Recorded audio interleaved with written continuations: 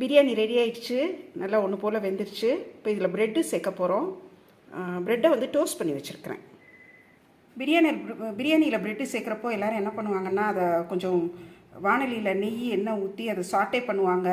அல்லது நிறைய பிரியாணி செய்கிறப்போ எண்ணெயில் போட்டு காஞ்ச எண்ணெயில் போட்டு பொரிச்சே எடுப்பாங்க, சின்ன சின்ன க்யூப்ஸாக இது பண்ணி. நம்ம கொஞ்சம் தான் செய்கிறதுனால நான் என்ன பண்ணியிருக்கேன்னா, தோசைக்கல்லில் நெய் தடவி நல்லா டோஸ்ட் பண்ணி வச்சுருக்கிறேன்.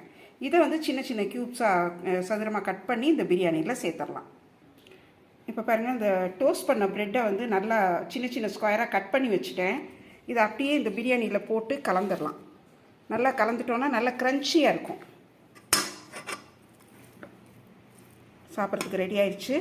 தயிர் பச்சடியும் ரைத்தாவும் ஆனியன் ரைத்தாவும் ரெடி ஆயிடுச்சு. அதுவும் எடுத்து பரிமாறிடலாம். ரைத்தாவுக்கு வந்து வெங்காயம், நறுக்கின வெங்காயம், உப்பு, கொஞ்சம் மிளகுத்தூள், கொஞ்சோண்டு